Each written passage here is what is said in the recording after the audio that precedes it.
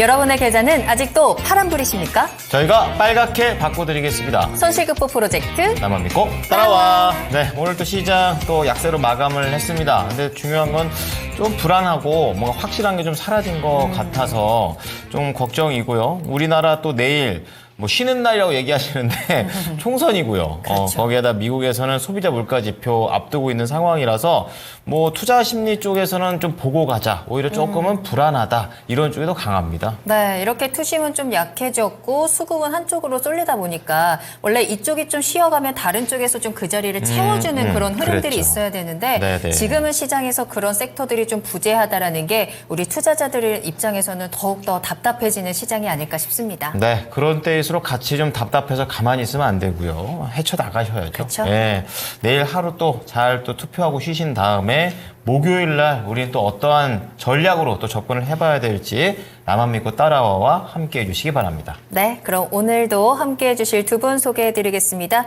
토마토 투자자문의 박준현 운용형님, 토마토 투자클럽의 김진환 전문가님 나오셨습니다. 안녕하세요. 안녕하세요. 반갑습니다. 자, 두 분과 함께 우리 앞으로 4월 시장을 어떻게 끌어나가야 할지 여러분들 종목에 대한 궁금증 해결해 드릴 테니까요. 지금부터 종목 상담 신청 빠르게 남겨주시길 바라겠습니다.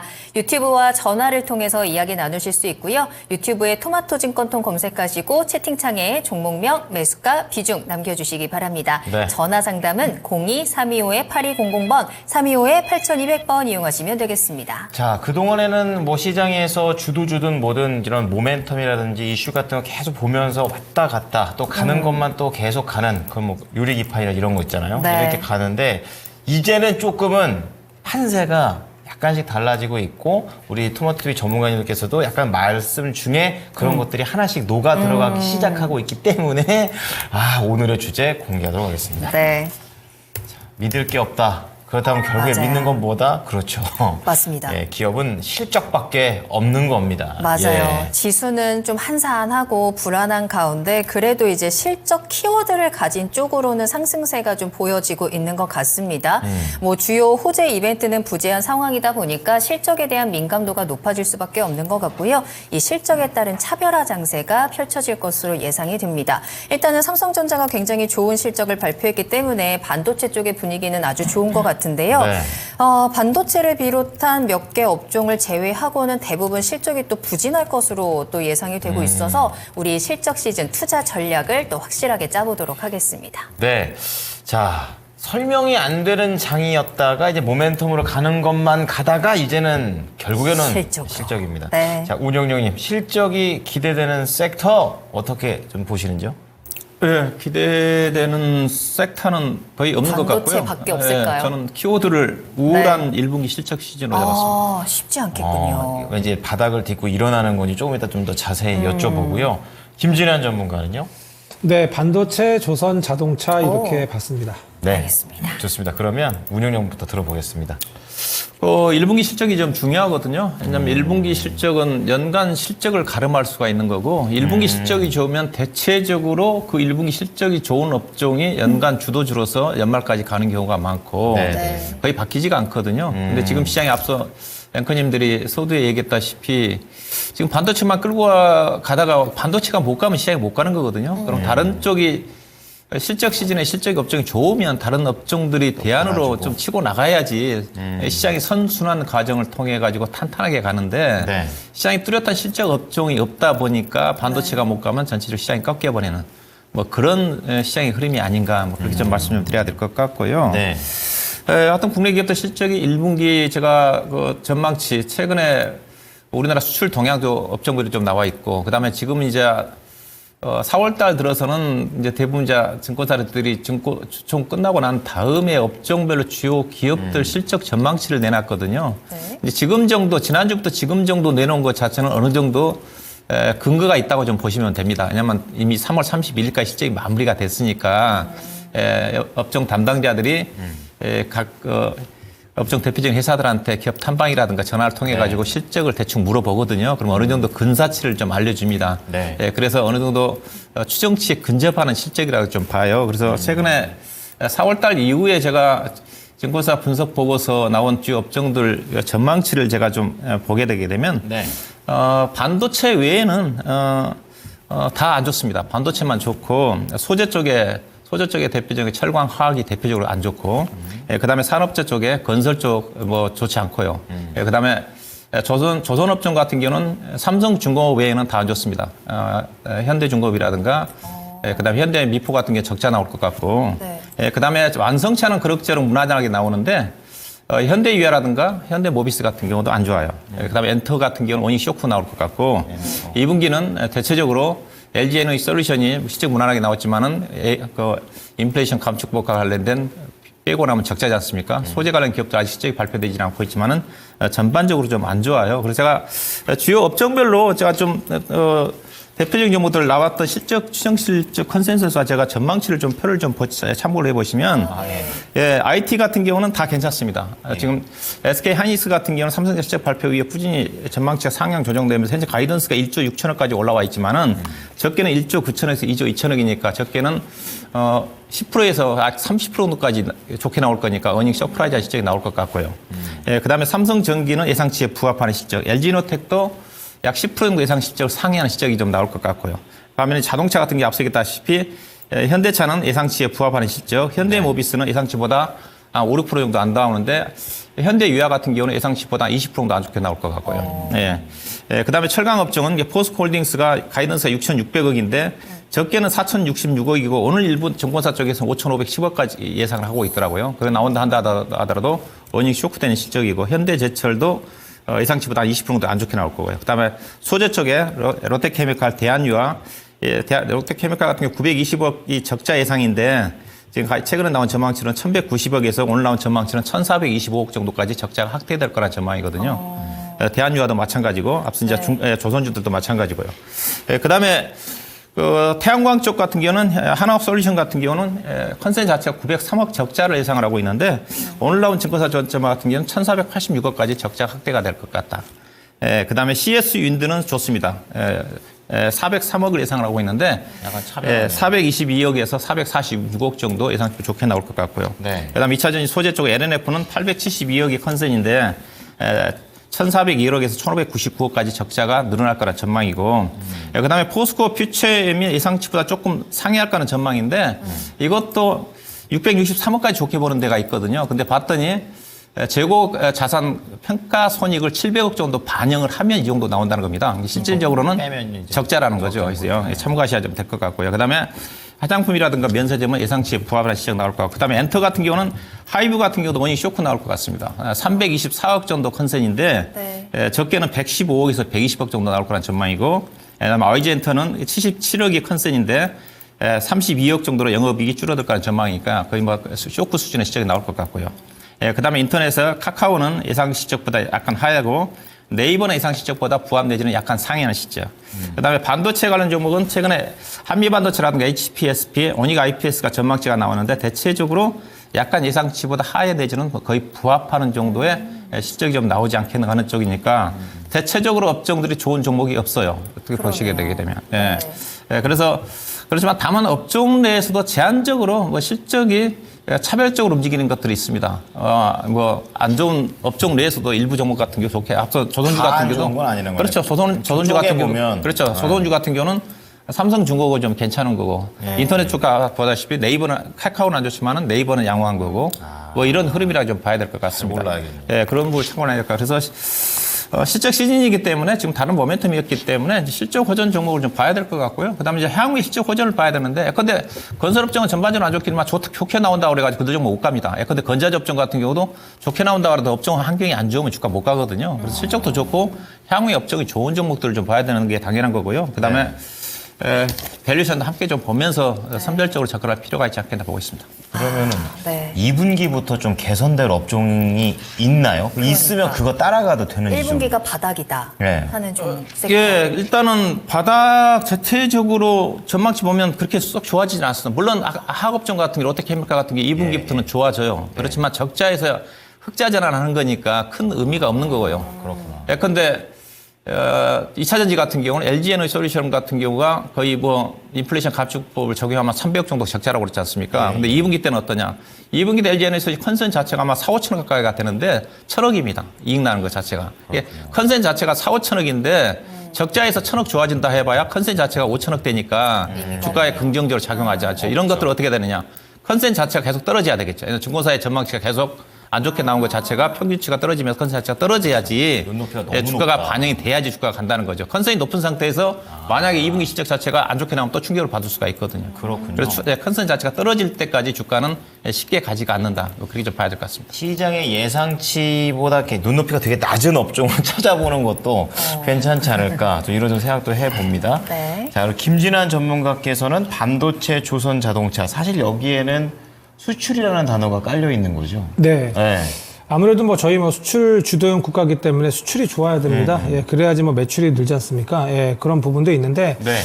이번에 1분기 실적 뭐 다들 반도체 좋을 거라는 건 모두가 알고 있거든요. 예, 그런데 이제 관련주들이 좀 많이 올라왔어요. 삼성전자가 뭐 어닝 서프라이즈 나오면서 삼성향 종목들도 좀 많이 오르고 해서 반도체가 좀 많이 높습니다. 근데 뭐 최근에 이번 주 들어와서 반도체 섹터 내에서 좀 차별화가 좀 이루어지고 있거든요. 그래서 이런 부분들 봤을 때 1분기 실적이 뭐 예상치보다 좀 더 좋게 나와야 되고, 만약에 본다면, 그리고 2분기에도 이제 실적이 좋거나 이제 하반기에도 성장 기대감이 있는 그러한 섹터나 예, 그런 종목으로 조금 더 저희가 좀 차별화 좀 압축을 좀 해야 될 것 같아요. 그렇군요. 삼성전자 같은 경우에 뭐 실적이 뭐 어닝 서프라이즈가 나왔지 않습니까? 그래서 뭐 컨센서스도 뭐 엄청나게 늘려서 영업이익이 5조 한 7천억, 8천억이었는데 6조 6천억 나왔으니까 거의 27% 정도 더 잘 나왔거든요. 네. 이렇게 되다 보니까 이제 SK 하이닉스가 4월 26일 실적 발표인데 SK 하이닉스에 대한 어떤 기대감이 좀 더 커지고 있습니다. 예, 그래서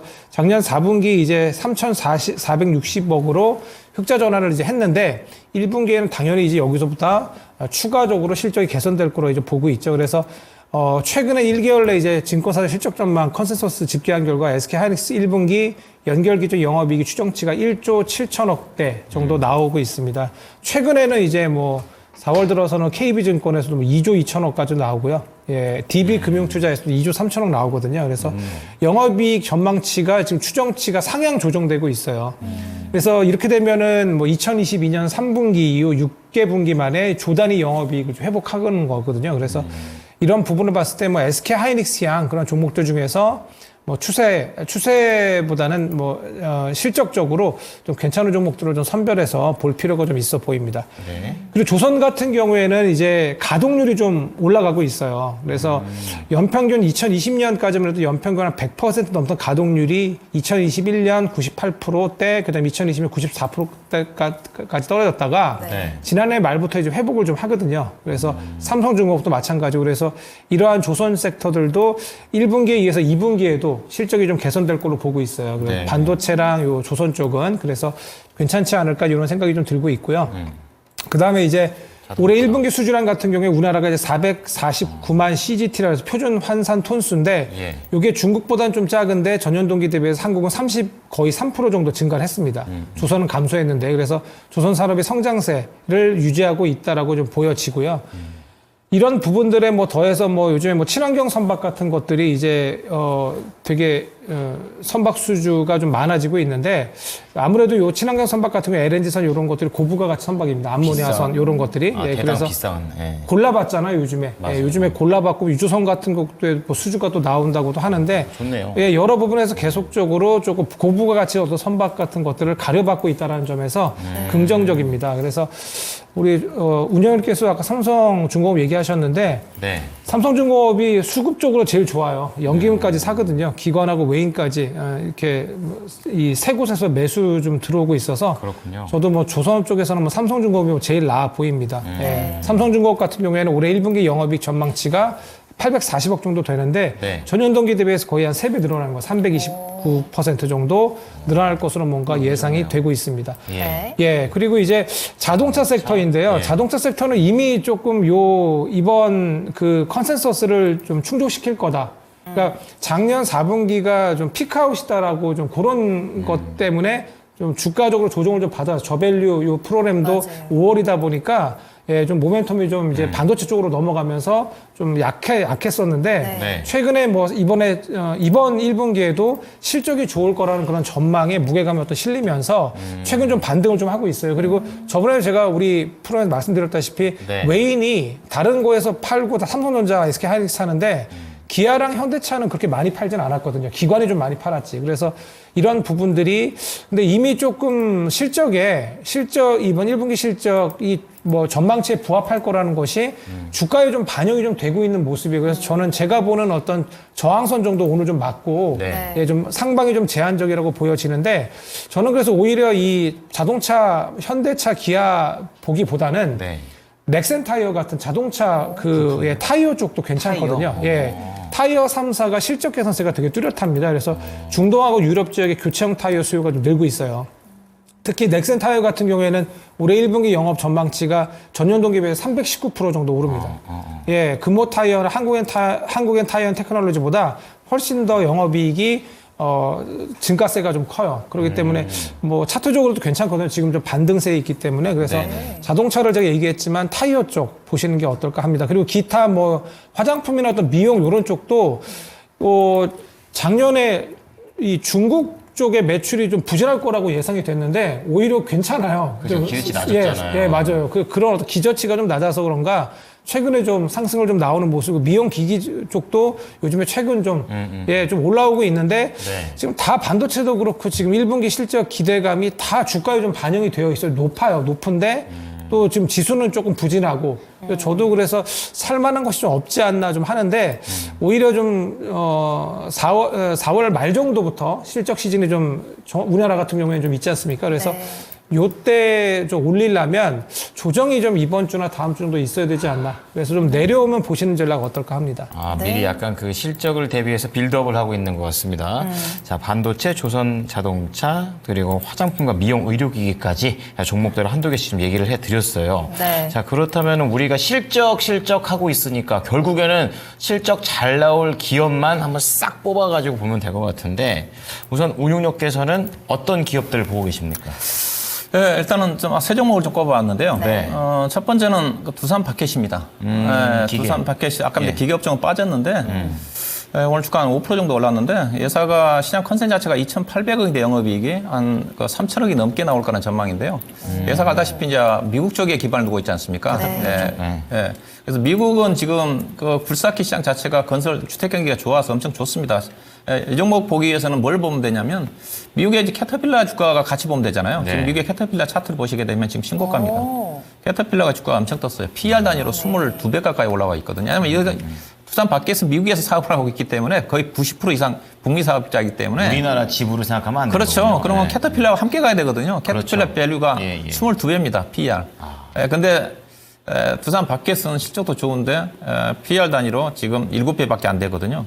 싸네요. 7배밖에 안 되기 때문에 오늘 주가 좀 움직임이 전개됐는데 저는 기계업 경기 관련 쪽에서 가장 실적고 밸류 자체가 싸 보이는 것 자체가 저는 두산 바켓이라고 봐요. 반면에 이제 같은 건설 기계 쪽에 현대 인프라코라든가 네. 그다음에 현대 건설기계 같은 게 상당히 실적이 안 좋습니다. 왜냐하면 미국보다는 미국 쪽도 있지만은 여기 동남아라든가 일부 중국이라든가 그쪽에 비중이 있기 때문에 신고가 있기 고객사가 때문에 약간 좀 퍼져 있군요. 그래서 두산 바켓이 가장 좀 실적 중에서 무난하게 좀 나올 수 있는 주식. 왜냐하면 지금 보시다시피 실적이 서프라이즈하게 나온 종목이 없어요. 그래서 예상치에 부합하는 실적만 나와도 주가 좋은 거고요. 그나마 잘했다. 그리고 업황이 좋은 예컨대 반도체라든가 지금 AI 같은 경우는 예상 실적 부합 나오면 서프라이즈입니다. 네. 시장에 상당히 호재로 반영이 좀 될 거예요. 그렇군요. 그 다음에 두 번째 종목으로서는 CS 윈드라는 종목입니다. CS 윈드라는 앞서 이제 실적 보셨죠? 네. 가이던스가 영업이익이 400억인데 420억에 440억인데 이 정도 나오면 분기 최대 실적입니다. 예사도 좋은 이유 자체가 북미라든가 유럽 쪽의 풍력 시장 자체가 엄청 좋기 때문에 수혜를 좀 받고 있는 회사거든요. 또 정책적인 국내 이슈도 좀 부각이 될 수 있는 그런 부분이니까 선거 이후에. 그래서 오늘 최근부터 약간 꿈틀꿈틀거리고 있는데 CS 인도 좀 말씀드리고 싶고. 그 다음에 제가 지난주 실적 오전에 주목하자고 이 시간에 추천해드렸던 종목 중 한 종목이 애경산업이지 않습니까? 더디게 좀 진행이 좀 되고 있지만은 실적 자체는 이제 컨센에 부합하는 실적이지만은 회사가 중국보다는 일본이라든가 미국 쪽 수출이 이제 급증 좀 하면서 실적이 좀 다변화되고 있어가지고 꾸준하게 실적이 좋아질 것 같고요. 그다음에 네.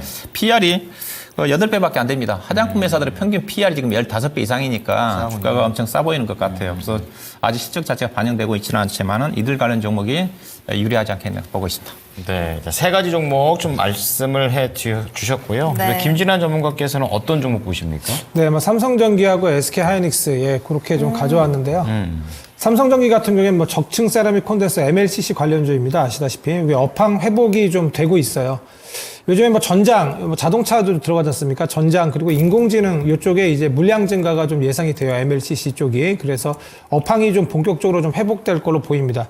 최근 MLCC의 어떤 가격이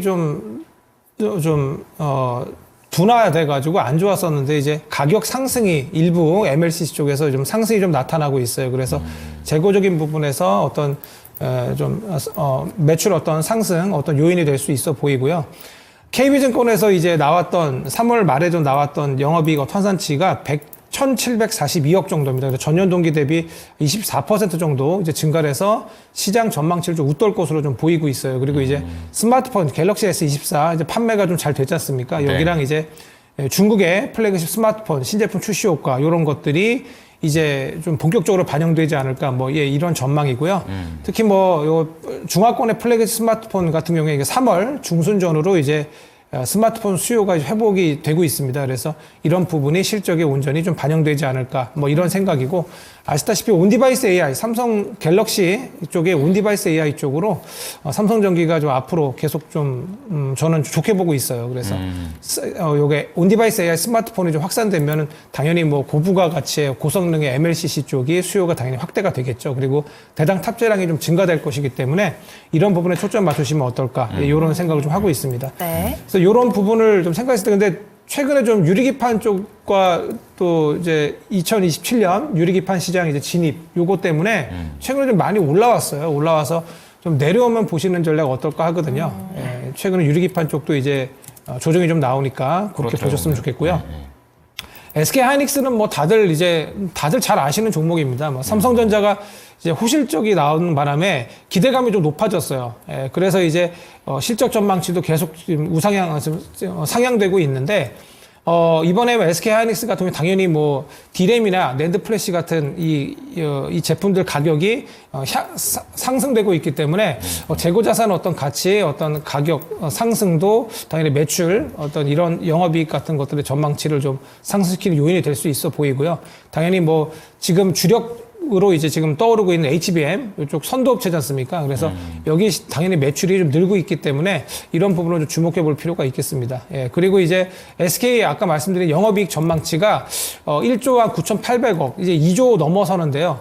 기존 전망치 30% 여기에서 기존 전망치를 30% 이상 웃돌 것이라고 지금 보고 있고, 아까 말씀드렸다시피 영업이익을 2조 2천억까지도 전망하고 있습니다. 그래서 이런 부분을 감안했을 때, 그리고 반도체 섹터 같은 경우에는 기업으로 보셔야 됩니다. 지금 이게 끝난 게 아니라 내년에 거의 피크 찍을 거란 전망이 많이 나오고 있어요. 그래서 보통 이 주가는 두 분기 선회하지 않습니까? 그렇게 되면은 올해만 상반기 여름까지는 계속 괜찮아요. 예, 괜찮기 때문에 SK 하이닉스도 좀 조정 없이 좀 많이 올라와 있기 때문에 좀 내려오면 보시는 전략 어떨까 합니다.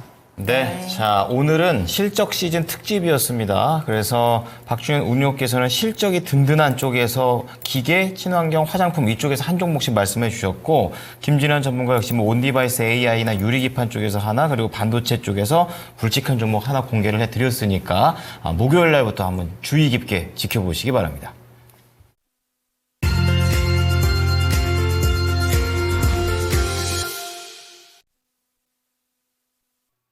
네, 나만 믿고 따라와 스피드 종목 진단 시작하겠습니다. 네. 종목명, 매수가, 비중 남겨주시면 오늘 두 분께서 빠르고 정확한 진단 도와드릴 거고요. 매수 문의 올려주셔도 좋습니다. 전화 상담 02-325-8200번, 325-8200번으로 전화 주시기 바랍니다. 네. 자, 그럼 첫 번째 종목은 무조건 따라해님께서 나만 믿고 따라해가 아니라 무조건 따라해. 좋네요. 좋아요.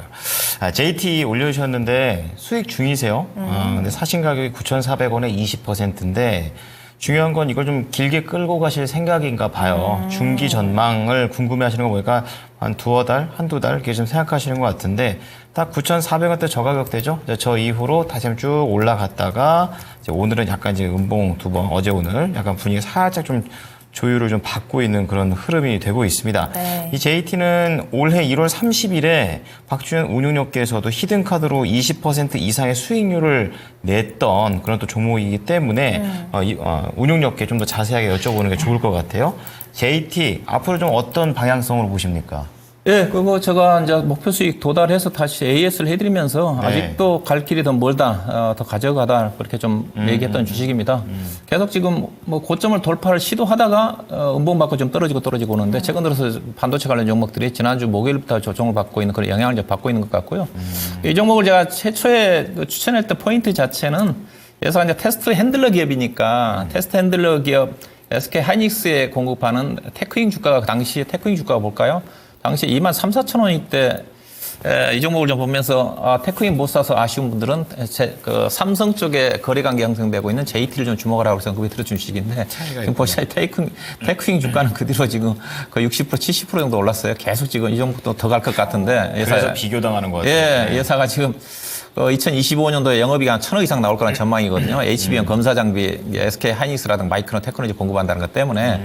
근데 이제 JT는 이제 삼성전자 쪽이고 또 삼성전자의 가장 거래 관계 많은 회사가 삼성전자가 지분 투자한 그 세메스라고 회사가 있습니다. 상장 안 된 거죠. 상장 안 됐어요. 네. 그래서 JT밖에 없어요. 근데 이제 그 이후로 이 회사가 또 시가적으로 재료가 부각된 게 많습니다. 이게 복합적인 재료를 가지고 있어서 제가 목표 주가를 상향했던 건데, 이 회사의 공시 주요 제품 보시게 되게 되면, 이 회사가 이제 버닌 테스트 기업이라고 했고, 앞서 얘기했다시피, 메모리와 비메모리, 버닌 테스트 쪽에 글로벌 1위 기업이고, 1위 회사고요. 이 자체가 이제 검사 장비 후정보, HBM 검사 장비 쪽으로, 삼성전자가 HBM 시장 형성되면 형성할 수 있는 그런 쪽이고. 네. 그다음에 최근에 SSD 기업용 테스트 핸들러가 쇼티지 당해가지고 삼성전자가 맞아요. 지분 20% 가격을 20% 올렸다고 했지 않습니까? 맞아요. 회사가 SS 테스트러도 설비도 공급한 회사예요. 이와도 좀 관련이 되는 회사고요. 삼성전자 쪽이니까. 중요한 거 잘 예. 하네요. 그다음에 최근에 이슈화되고 있는 유리기판 관련 종목이지 않습니까? 회사가 네. 레이저를 통해 가지고 UTG 글라스를 상하 절단하는 기술을 가지고 있고 이미 회사가 미국의 코닝이라는 회사한테 커팅 장비를 공급한 회사예요. 레퍼런스가 그러니까 현재 시장에서 딱 이슈가 될 수 있는 거 여러 가지 재료들이 갖고 있네요. 복합적인 재료를 가지고 있는데 주가가 생각보다는 제가 못 가는 것 같아요. 요즘 이들 종목들이 대세인데 아직도 유리기판 관련 종목들 오늘 뭐 선도 종목들 약간 차익 실현이 나오고 있지만은 다시 다음 주에 다시 갈 가능성이 크거든요. 그래서 충분히 아직 안 났다고 보고 있는 쪽이고 이 종목도 아직 차트로 본다 한다면 우상향한 흐름이기 때문에 왜냐하면 회사가 지금 시가총액이 1,000억밖에 안 됩니다. 1,000억짜리밖에 안 되기 때문에 상당히 좀 가볍게 움직일 수가 있어요. 앞서 테크인 같은 경우는 시가총액 2~3천억짜리가 지금 1조 3천억까지 올라와 있거든요. 그래서 충분히 최근에 흐름을 본다 한다면 하방이 좀 지지가 좀 될 것 같고 그래서 종목은 제가 보기에는 리스크는 크지 않는데 요즘 시장의 흐름을 본다 한다면 시세 흐름을 탄다 한다면 충분히 좀 더 큰 수익을 좀 낼 수 있는 기회가 더 많지 않겠는가. 그래서 충분히 추가적으로 비중이 몇 프로죠? 20% 정도 수익 구간이지만은 그냥 가지고 있으시고 20% 정도는요. 뭐 30%까지 사도 된다고 좀 보고 있는 쪽인데 20% 정도는 가져가셔도 될 것 같고 일단 지난번에 제가 목표 주가를 13,500원 이상을 좀 보시라고 했을 거예요. 최소한 13,500원 이상 보고 한번 흐름을 탄다 한다면 요즘 흐름을 본다 한다면 빠르게 갈 수가 있는 거니까 만약에 이 종목이 9,800원을 이탈하면 상승 추세가 좀 무산이 좀 되는 거니까 그때 팔고 나와도 하방은 제가 보기에는 5%, 6%인데 위로 올라갈 확률은 그보다도 훨씬 높다. 그런 관점에서 여전히 긍정적인 관점에서 접근할 필요가 있다. 이렇게 좀 말씀 좀 드리도록 하겠습니다. 네, 자 올해 1월 30일에 수익을 내셨던 운용력께서 말씀을 해주시는 JT입니다. 삼성과 연관성이 있고 상당히 파보니까 트렌디한 종목인 것 같아요. 더 간다고 하니까 우선은 목표가 13,500원 잡으시고 9,800원이 손절가입니다. 이 부분 좀 잘 체크해 보시면서 수익 더 내셨으면 좋겠습니다. 네. 다음 종목은 김명현 님이 남겨주신 이스트소프트 살펴보겠습니다. 매수가가 37,600원이고요. 비중 30% 담고 계세요. 매수하신 이후에 주가가 좀 많이 내려와서요. 오늘 23,700원에 거래를 마쳤습니다. 손절가도 놓쳤는데 어떻게 대응을 해야 할까요? 좀 답답합니다. 라고 하셨는데 이스트소프트는 사실 올해 초에 이 AI 광풍이 불었을 때 굉장히 그 바람을 세게 탔던 종목 중에 하나잖아요. 10,000원대에서 50,000원 근처까지 올라갔다가 다시 좀 큰 폭으로 하락하고 있는 종목 중에 하나입니다. 예. 네, 이 바람이 이제 좀 끝난 건지 아니면 다시 한번 좀 기회가 있을지 그 대응 전략 좀 살펴보도록 할게요. 김진원 전문가님, 이스트소프트 어떻게 대응해야 할까요? 네, 우선 뭐 AI 소프트웨어 기업이지 않습니까? 근데 다 안 좋습니다. 뭐 더존 비전 빼고는 뭐 더존 비전도 지금 실적이 되게 좋았어요. 작년에 좋았는데 제4 인터넷 은행인가요? 그래서 그거 관련해서 또 이제 모멘텀이 붙어서 좀 가는 거지. 그랬군요. 이스트 소프트 같은 경우 뭐 그 솔트룩스 여러 가지 종목들이 있지 않습니까? 다 AI 소프트웨어 쪽이 실적적으로 뭔가 숫자로 증명해 보여야 되는데 그런 종목들이 좀 희박합니다. 네, 별로 없어요. 그래서 아무래도 1분기 실적 시즌이 지금 도래하고 있는데 숫자로 증명하지 못하는 뭐 이런 소프트웨어, AI 소프트웨어 쪽은 좀 불리합니다. 대신에 AI 뭐 하드웨어 쪽 반도체는 좋지 않습니까? 이스 소프트웨어 같은 경우에는 뭐 AI 휴먼 기술 요거 관련해서 MS 관련주로 좀 편입이 돼서 뭐 삼성전자 또 이제 관련 또 삼성전자랑 MS가 또 협업을 한다고 하니까 삼성전자 AI 관련주로 또 작년에 되게 강했던 기억이 있어요. 그래서 그때 좀 강했었던 때 사신 것 같거든요. 근데 실적이 좀 너무 안 좋습니다. 작년에도 좋지 않았는데 작년에 보니까 매출은 좀 올랐어요. 926억 정도 나왔는데 뭐 역대 최대치 나왔는데 영업이익이 43%나 감소를 해서 81억 원 손실을 냈거든요. 그러니까 적자 기업입니다. 그래서 이런 기업이기 때문에 조금 지금 또 AI 소프트웨어 쪽이 또 움직이지 않는, 지금 뭐 가면은 반도체 쪽이 가는 그런 장이기 때문에 좀 불리합니다. 그래서 제가 지금 선을 좀 그어놨는데요. 22,000원 정도를 만약에, 깨고 내려오면 그러면 진짜 19,000원대 가거든요. 2만원 깹니다. 그리고 지금 그나마 수급 쪽으로는 뭐 외인 쪽에서 수급이 좀 들어오긴 하거든요. 근데 실적 시즌이니까 아무래도 오히려 실적이 뭐 개선되거나 그 다음에 이제 1분기 실적이 바닥이면은 오히려 그냥 이번 1분기 실적 발표가 악재 회수로 다시 반등할 수는 있어 보이거든요. 그리고 이제 AI 하드웨어 쪽, 즉 삼성전자 이쪽이 강하게 지금 모멘텀이 부각되고 있는 상황이기 때문에 거기서 좀 수급이 좀 분산돼야지 이런 AI 소프트 기업 쪽도 갑니다.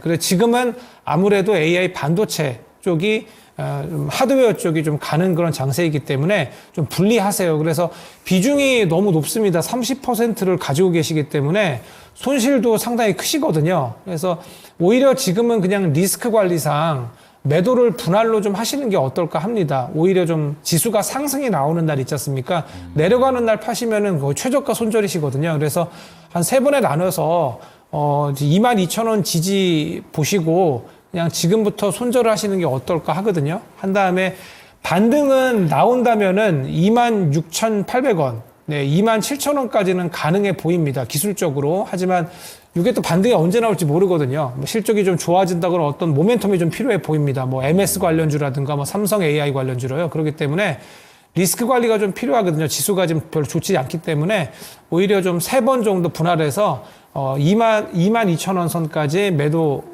분할로 3번에 걸쳐서 매도하시는 게 어떨까 합니다. 이스트소프트는 그 기대감을 증명하는 상황에서 주가는 좀 계속 하락하고 있는 것 같고 시장에서의 또 수급적인 부분도 좀 불리하기 때문에 리스크를 최소화하도록 하겠습니다. 22,000원 이탈하면 위험이 더 커질 수 있다라는 점 분할 매도 타이밍 잡아보시고요. 27,000원 반등 목표가도 참고하시기 바랍니다. 네. 자, 다음 종목은 조금 답답한 종목인데요. 반야님께서 태양광 쪽에서 SDN을 올려주셨어요. 근데 사셨던 가격이 이게 3,000원이에요, 3,000원. 오늘 많이 올랐는데요. 근데 많이 올랐는데 반토막이에요. 그러네. 근데 비중도 25%라 이거 뭐 높을 때 그때 막 5,000원 막 넘고 이랬을 때 뭐 더 사시고 막 그러신 거 아닌가. 그나마 낮춘 게 3,000원일 수도 있잖아요. 그래서 매수하고 계속 내려가는데 이거 연말까지 가지고 가면 손실 없이 나올 수 있냐. 그러니까 돈 자체가 뭐 급한 돈은 아니신 것 같아서 지금 우리가 믿을 만한 거는 반야님의 이 시간밖에 없어요. 근데 중요한 건 시간이 있다고 해서 이게 될 수 있는 건지 이 부분 좀 여쭤보겠습니다. 운용님 이거 너무 손실 큰데요? 예, SDN 모르신 분 계시겠지만 이 종목이 태양광 발전 회사입니다. 오늘 그 신재생에너지 관련 종목들이 많이 떴어요. 네. 제가 이번 주 화요일 날 그 방송에서 나왔어도 이번 주에는 선거 전에 신재생에너지 관련 종목을 주목을 하고 그랬고 일요일 날 이제 유튜브 방송을 통해서도 선거 이후에 호재로 작용할 수 있는 게 제가 보면 신재생에너지밖에 없다. 왜냐하면 현재 내일 뭐 선거지만 현재로 봐서는 약간 그 집권당 여당이 좀 선거 결과가 안 좋게 나올 가능성이 커지고 있지 않습니까? 그런 얘기 많더라고요. 예, 그러면 그 야당 쪽이 중요하고 내세우고 있는 공약 자체가 호재로 작용할 가능성이 크거든요. 만약에 정부 쪽과 관련된 정책 자체 이제 저비연료비라든가 네, 그건 약해지. 예, 그다음에 이제 공매도가 혹시라도 선거 끝나면 이제 끝났으니까 공매도가 풀리지 않겠는가 그런 우려감도 있을 거고 관련된 종목들 부정적으로 작용할 거고요. 그다음에 원전이라든가 방산 관련 종목도 약간 제가 부정적으로 작용하지 않겠는가. 대신 유일하게 호재로 작용할 수 있는 것 자체는 신재생에너지다. 왜냐하면 야당들이 공통적으로 내세우고 있는 것 자체가 신재생에너지 확대 정책이거든요. 조국 혁신당인가요? 그 같은 경우 아마 공약 두 번째, 세 번째인가가 아마 신재생에너지 확대일 겁니다. 그렇더라고요. 예, 그러다 보니까 특히 이제 신재생에너지 중에서도 뭐가 중요하느냐. 두 개, 큰 재생에너지가 어떻게 보면 이제 태양광 풍력이 있을 거고, 그렇죠. 뭐 지력도 있겠지만 대체 약하고요. 태양광 아니면 풍력이니까, 네. 태양광과 풍력 중에 뭘 봐야 되느냐. 공통적으로 현재 지금 현 정부는 태양광 쪽에서는 되게 후퇴적입니다. 태양광 카르텔 얘기하면서, 예. 거긴 별로다. 예, 줄이고 있고, 그래서 태양광은 엄청 안 좋아요. 예. 대신 뭐는 현 정부 쪽에서, 늘리려고 하고 있는 풍력입니다. 풍력은 그러니까 공통적으로, 선거 이후에 같이 늘릴 거예요. 왜냐하면 지금 시장 자체가 최근 뭐 전력 관련 종목들 급등한 이유 자체가 AI 시대에 전력이 폭증할 것 때문에 맞아요. 그것도 반영되고 있지 않습니까? 네. 예. 근데 전력난을 빠르게 해소하기 위해서는 원전 같은 경우는 계획을 세워가지고 원전 1기를 생산하는데 최소한 5년 이상 걸립니다. 예, 그렇기 때문에 그때는 늦어요. 왜냐하면 AI 수요 때문에 좋지만. 폭발적으로 늘어나기 때문에. 그런데 빠르게 전력을 생산할 수 있는 것 자체는 화력은 생산 못 하니까. 네. 화력은 뭐 미세먼지 때문에 제한이 건설 안 많죠. 하거든요. 그러면 네. 결국 신재생에너지밖에 없는데 그거는 그렇게 본다면 태양광은 정부에서 지금 현 정부에서 약간 부정적이기 때문에 풍력밖에 없다. SDN은 태양광. 네, 그래서 SN 태양광이에요. 그래서 제가 그 말을 하고 들어오고요. 그래서 오늘 태양광 중에서 물론 현대에너지솔루션이라든가 관련 종목들 움직이기 전개됐지만 관심은 뭐냐? 제가 보기엔 풍력을 파셔야 됩니다. 예. 근데 SDN은 오늘 주가 많이 떴어요. 많이 뜬 이유 자체가 이 종목이 주가 싸다 보니까 개인 투자가들이 엄청 들어와서 오늘 수급 보시면 개인만이 샀어요. 예산은 이제 태양광 발전회사고 발전을 통해 가지고 이제 운영을 해가지고 한전에 납품하면서 수익을 내는 걸로 알고 있는데 아직 실적 자체가 좋지가 않아요. 단가 작년도 적자이고 그래서 주가가 싼 맛으로 개인 투자가들이 끌어올리고 있는 것 같고요. 근데 정책적인 모멘텀 때문에 이게 조금 이어지지 않겠는가. 신재생에너지 정책 자체, 저는 풍력보다는 태양광이라 좀 보고 있는 쪽인데 아마 선거 이후에 국회 상임위원회에서 이미 그 태양광 쪽 신재생에너지 쪽에서 풍력 쪽의 확대 정책과 관련해가지고 상임위원회 지금 법안이 계류 중에 있다는 쪽이거든요. 그럼 네. 끝나면 아마 풍력 쪽과 관련된 확대 정책은 여러 가지 규제 완화 정책이 좀 포함되지 않겠는데 태양광은 없어요. 예, 그래서 오늘 뭐 하나솔루션이나 다른 종목들 주가 못 떴어요. 여기에다가 이제 태양광이 떴던 것 자체는 유럽 쪽에서 중국의 태양광 모듈에 대한 반덤핑과 관련해서 조사이가 나오면서 국내 기업들이 반사이익을 걷지 않겠는데 그것도 약간 반영이 된 것 같습니다. 그래서 이거는 일단 모멘텀 때문에 가면 같이 가겠죠. 아니면 펀드메탈 안 좋더라. 아니면 개인 투자가 접근한 시장이니까 이 종목은.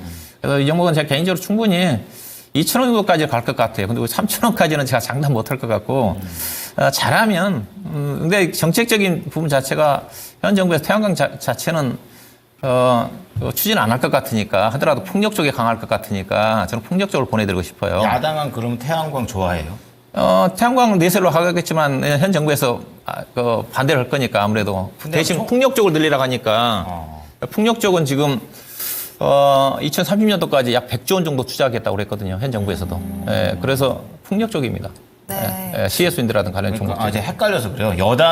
이게 여당보다는 지금 야당이 총선에서 유리하니까 예. 오히려 야당이 선호하는 거를 사는 게 맞지 않나 좀 이 생각을 했던 거거든요. 같이 보다 야당도 선호하고 여당도 선호하는 같이 쪽이 선호하는 풍력이다. 아, 그렇게 왜냐하면 야당이 선호한다 그래고 현 정부에서 태양광 정책을 부정적으로 보고 있는데 늘리지 않으면 쉽지 않거든요. 저는 그렇게 생각을 합니다. 그래서 그런 쪽이라 좀 말씀 좀 드리고 싶고 그래서 일단은 현재 차트로 본다 하더라면 2,000원대까지 좀 물량은 좀 없는 것 같아요. 1,900원 정도까지는. 그래서 근데 이분이 3,000원대 사셔가지고 이거 안 팔 것 같네요 보니까 안 파실 것 같아가지고 저는 현재로 봐서 그렇게 본다면 2,400원대가 목표 주가라고 좀 보았는데 여기가 간다는 것 자체는 더블 올라가는 거지 않습니까? 그렇죠. 1,000원에서부터 해가지고 물타기 여지 않고서는 쉽지는 않아 보입니다. 이 비중에 물타기도 좀 주가 급등한 상태니까 일단은 저는 뭐 1,900원 정도에서 좀 분할 매도 하시든지 그렇지 않으면 기다리셔서 2,200원, 2,500원 정도까지는 조금 욕심 부리면 이 정도까지 매물층이 없기 때문에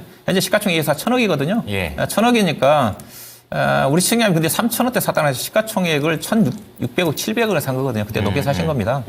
그래서 제가 보기엔 1,500억 정도까지는 가지 않겠는가. 그렇게 본다 한다면 2,200원 정도, 2,200원 정도가 적정하게 갈 수 있는 가격이 좀 되지 않겠는가. 그 정도로 좀 말씀 좀 드려야 될 것 같습니다. 이게 연말까지 가져간다고 해도 연말쯤에 또 미국 대선이 있잖아요. 그렇죠. 그러면 또 이쪽이 살짝 또 흔들릴 수 부정적이죠. 있으니까. 근데 그렇죠? 미국 쪽 같은 경우도 신재생에너지 정책 자체는 트럼프가 별로 안 좋아하잖아요. 전기차는 당선되자마자 보조금을 즉각적으로 폐지한다고 그랬거든요. 근데 이거 태양광이라도 풍력 같은 경우는 안 할 거예요. 그래서요. 전력난 자체가 엄청 심한 쪽인데, 왜냐하면 전기차 같은 경우는 오히려 전력난을 심화시키는 거지 않습니까? 전기 충전소 때문에. 맞아요. 그런 부분이 있어요. 그래서 신재생에너지 관련 부분 자체는 미국의 정권이 바뀐다 한다 하더라도 태양광이라도 풍력 부분 자체는 뭐 유지가 좀 된다는 쪽으로 저는 생각하고 있습니다. 네. 맞습니다. 이게 뭐야 총선에다가 이렇게 정치에 막 엮여 있는 신재생 쪽입니다. 어쨌든 지금 시점에서는 태양광보다는 풍력이 더 좋다라는 관점에 좀 아쉬운 게 있고요. 우선 1,900원까지 선에서 분할 매도 하시든지 아니면 2,000원 초반대에서 좀 더 버티셨다가 최대한 손실을 좀 줄이고 차라리 상대적으로 더 잘 갈 수 있는 종목으로 해칭을 하시는 게 더 좋지 않으실까 좀 말씀을 드리겠습니다. 네. 다음 상담 이어갑니다. 라온시큐어 진단할게요. 빵빠레님의 종목으로 이어가고요. 매수가는 2,540원에 비중 15% 가지고 계시네요. 라온시큐어는 작년부터 지금 계속해서 좀 박스권에 움직이고 있는 상황인 것 같아요. 2,000원에서 3,000원 요 사이를 지금 왔다 갔다 하고 있는 상황이고 시청자님 매수 가격이 딱 그 중간에 있는데 크게 오르지도 크게 떨어지지도 않아서 요 박스권 대응만 그래도 잘하면 수익을 챙겨갈 수 있을까? 라온시큐어는 어떻게 해야 돼요? 예, 역시 요 주식 방송이라 앵커 분께서 역시 잘 알고 계세요. 조금 괜찮았나요? 박스권 저도 보고 있는데 정확하게 얘기하십니다. 이 IT 보안 인증 플랫폼 기업입니다. 라운시큐어는 저도 삼성 갤럭시 보안 관련해서 관련주이기도 했고 모바일 신분증 관련주로 테마주로 좀 많이 강했었죠. 그다음에 해킹 뉴스 나오면 강하게 좀 반응하는 그런 종목입니다. 실적은 나쁘지 않은 기업입니다. 지난해 매출액이 518억 원 나오고 영업이익이 16억 원 정도 적자가 나왔어요. 근데 단기 순이익은 60억 원 정도 나왔는데 이게 단기 신규 사업 이전 일회성 비용 같은 것들이 좀 반영이 좀 됐어요. 그다음에 이제 인건비 같은 것들이 증가를 해서 단발성으로 좀 영업 손실이 좀 나왔던 것 같습니다. 근데 올해는 보니까 해외 매출이 조금 증가할 걸로 보여져요. 그래서 올해 매출은 660억 원 정도로 전년 대비해서 한 27%가량 늘어날 그런 전망이라고 합니다. 그리고 국내와 해외 모두 이제 시장에서의 성장이 좀 기대되기 때문에 올해는 영업이익이 흑자 전환 정도를 목표로 좀 하고 있다고 해요. 그래서 그런 부분들이 좀 있고 아까 방금 말씀드린 정부에서 블록체인 기반 디지털 신분증 관련해서 모바일 신분증 체계를 좀 수출하고자 하고자 합니다. 그래서 이런 부분에 레퍼런스가 있어요. 뭔가 수주 실적이 있기 때문에 인도네시아나 필리핀 같은 그런 동남아시아에서 수주가 기대가 된다고 합니다. 그래서 이런 부분을 감안했을 때 나쁘지 않아 보이고요. 제가 지금 차트를 띄워놨는데 저희 앵커님께서 그대로 말씀하신 대로 완전히 박스권이에요. 엄청난 박스권입니다. 이런 종목 보기 힘든데 되게 어떤 경제 어떤 위기 같은 것이 와서 이렇게 하회하지 않는 한 그러니까 대략적으로 2,300원 정도거든요. 요 정도 하회하지 않는 한 계속해서 박스권으로 2,300원 뭐 초반대에서 2,700원 정도, 2,600원 후반대를 왔다 갔다 하거든요. 그래서 뭐 그거 감안해서는 실적도 뭐 나쁘지 않고 뭐 적자 기업이 아니기 때문에 좀 보실만 합니다. 근데 뭐 지금 장세가 아시다시피 뭐 반도체, 그다음 반도체가 또 안 가고 오늘은 또 막 지수가 안 좋으니까 막 정치 테마 이런 쪽이 막 움직이거든요. 그래서 지금 보안 쪽은 뭔가 모멘텀은 좀 없긴 합니다. 예, 그래서 그런 부분을 감안했을 때 박스권 대응 하시면 되겠고요. 박스권 대응이니까 지금 2,540원이면은 2,600원 이상, 2,630원, 2,650원 정도는 한 번은 그까지는 움직일 수 있어 보여요. 한두 달 안에. 그래서 그런 박스권 대응하시면 어떨까요? 그러니까 손절은 필요 없고요. 예, 15%인데 2,600원 이상부터 매도하시면 어떨까 합니다. 네, 라운시큐어는 한마디로 큰 재미는 없겠지만 박스권 안에서 소소하게 수익은 챙겨갈 수 있을 것 같고요. 2,600원 이상에서 수익을 조금씩 챙겨가시는 전략 확인해 보시기 바랍니다. 네, 뭐 위아래 다 우리 보라는 거 잡아줘가지고 위에서 팔면 되겠어요. 예. 자, 다음 종목 볼게요. 네. KT인데요. 개미와 꿀벌님께서 33,000원에 20% 사셨대요. 33,000원. 네. 그 통신주다 보니까 또 이 종목은 또 장기 목표가를 또 궁금해 하시는 것 같아요. 네. 보니까 오늘 뭐 외국인하고 기관이 동반 매도를 했지만 최근에 외국인은 계속 사고 기관은 계속 팔고 이런 식의 흐름이 나와줬거든요. 이제 그렇기 때문에 지금 어쨌든 간 수익 구간이기는 하지만 앞으로 장기, 뭐 연말까지 보시는 건지 괜찮은 전략인 건지 알아보도록 하겠습니다. 운용님, 이거 장기 괜찮나요? 네, 그렇죠. 뭐 장기 투자하는데 KT는 문제가 없는데, 근데 가치주 같은 경우는 장기 투자를 하게 되게 되면 타이밍을 맞추지 못하면 거의 수익이 안 납니다. 이게 매매를 좀 하셔야 돼요. 주가가 올라갈 때는. 왜냐하면 성장성이 크지 않는 거니까. 그렇죠. 이게 최근에 차트를 보시다시피 KT가 2월 중순 때 주가가 42,000원까지 갔지 않습니까? 아무래도 이제 저밸류업 정책에 이제 수혜를 좀 받으면서 갔죠. 근데 지금 최근 들어 이제 저밸류업 관련 종목이 모멘텀이 좀 꺾였고, 앞서 이제 선거 이후에는 그 저 밸류 관련 부분 자체가 저는 모멘텀이 좀 꺾이지 않겠는 하는 쪽이거든요. 일단 5월 달에 이제 정부 정책이 좀 나와 대기하고 있지만은 있죠. 예, 네. 그때 좀 가봐야 되는 거다. 아무래도 선거 지나면 약간 이런 그 정책 강도의 드라이브 자체가 좀 약화되지 않겠는가 그런 심리거든요. 그래서 약간 저밸류 관련 종목도 좀 부정적으로 작용할 거다. 어제 올랐다고 일부 종목도 좀 떨어졌는데, 네, 네. 예, 저별로 관련 종목들은 길게 보셔야 좀 되는 거고, 그다음에 KT 같은 경우는 통신진유가 또 다른 측면에서는 일단 선거 끝났으니까 통신요금을 인상은 않겠지만은 그런 기대감도 있거든요. 근데 제가 보기에는 한전이라든가 도시가스 같은 경우는 아마 요금을 인상할 가능성이 크거든요. 그렇죠. 그래서 호재로 작용할 그런 있다고 좀 봐요. 그 부분 네. 자체는 저는 약간 긍정적으로 보는 쪽이 유틸리티 쪽은. 근데 통신주 같은 경우는 요금 인상을 할 것 같지는 않아요. 선거 끝났다고 그래가지고. 별로 불만도 없고요. 예, 그렇죠. 근데 분명히 아마 전기요금이라든가 가스요금 같은 경우는 할 가능성이 크거든요. 그거만큼은 아니잖아요. 예, 통신비가 뭐. 기대치 자체가. 그래서 그렇죠. 그쪽은 호재로 작용할 수 있을 것 같아요. 통신주는 선거 이후에 정책적으로 그렇게 수혜를 받을 것 같지는 않고요. 중요한 것 자체가 이 종목을 가기 위해서는 저 밸류업과 관련된 강력한 정부의 정책이 나와야지 주가 상승 모멘텀인데 이거는 결국은 5월 달에 가서 정부 정책을 기대를 할 필요가 있지 않겠나. 그때 가야지 주가가 의미 있게 나온다고 좀 봐야 될 것 같고요. 예산은 그야말로 가치주입니다. 예산 뭐 실적 자체는 영업이익 단위로 보게 되면 거의 몇 년 동안 1조 2천억에서 1조 6천억 사이예요.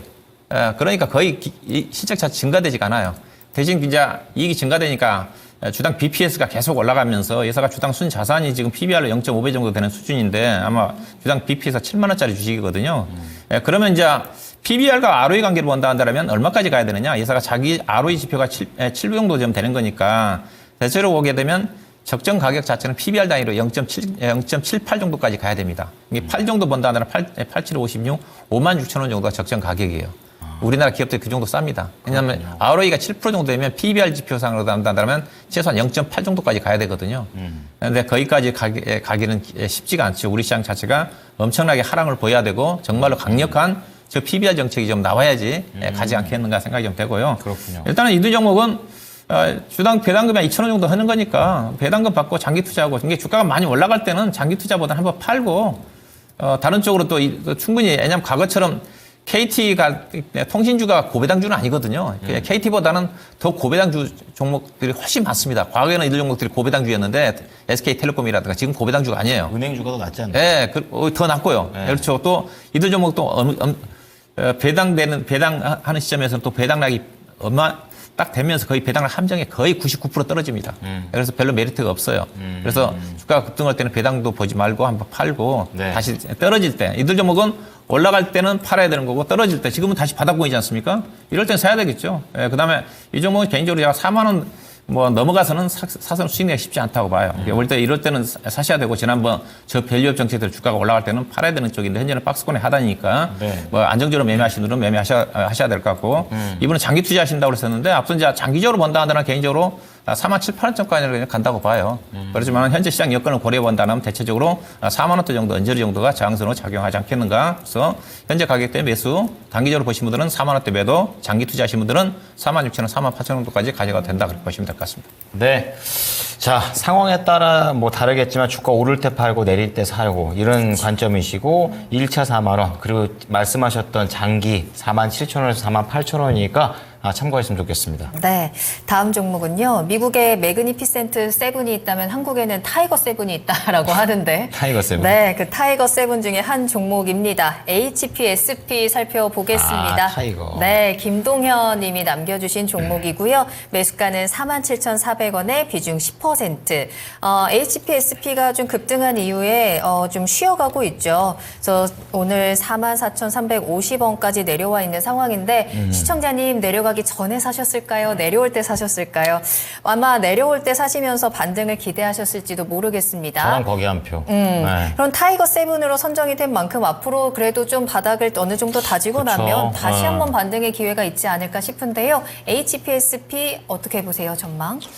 네, 우선 뭐 반도체 원재료죠. 웨이퍼 요거 결함 개선하는 고압 이제 어닐링 장비 요거를 이제 만드는 회사입니다. 예, 독점 공급하거든요. 뭐 TSMC나 삼성전자에 독점 공급하는 그런 회사인데 기술력이 뭐 상당히 좋습니다. 예, 그래서 뭐 HBM 관련주로도 뭐 상당히 한미반도체랑 강하게 좀 상승이 좀 나왔었죠. 한미반도체 그 곽동신 부회장이 요 지분을 좀 가지고 있지 않습니까? 그래서 한미반도체랑 HPSP가 번갈아 가면서 뭐 상승이 좀 나왔던 기억이 있어요. 근데 최근에 뭐 저 예스티랑 이제 특허 분쟁이 좀 있죠. 근데 그런 거보다는 지금은 우선은 1분기 실적이 좀 좋지 않습니다. 그래서 그것이 작용하는 거 아닌가 좀 하거든요.